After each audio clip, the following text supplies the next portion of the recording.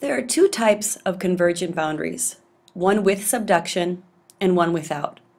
Let's look at the bottom picture first. We know this is a convergent boundary because the plates are moving together. But when we look at the kind of crust that's colliding, you'll see it's oceanic and oceanic. If one piece is oceanic, when it collides, that oceanic crust will subduct because it is more dense than continental crust. When it subducts, it melts, creates magma, and that magma will rise, making volcanoes.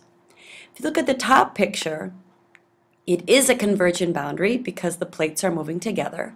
However, in this case, neither plate is oceanic crust. They are both continental. When two pieces of continental crust collide, neither will go down. And if they can't go down, there's no place to go but up. So in the middle, we'll get this thick area of rock.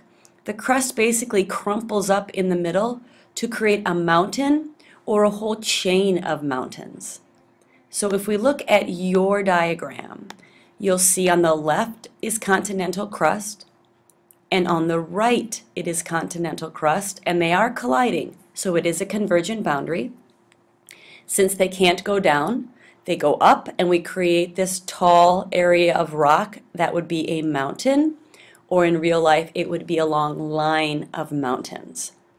Since neither plate is subducting, you will not get a trench formed. And again, with no subduction, there's no crust to melt to make magma, so you will not have volcanoes. The other feature you will have, however, are earthquakes.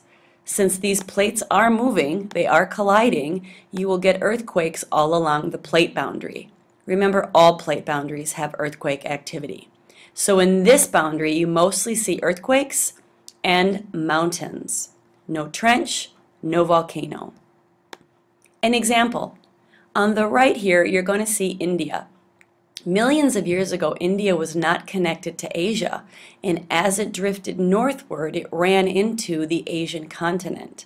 It actually still is moving north and pushing into the Asian continent. And what we have here is a long line of mountains called the Himalayas. They are not volcanoes, it's just a long chain of mountains.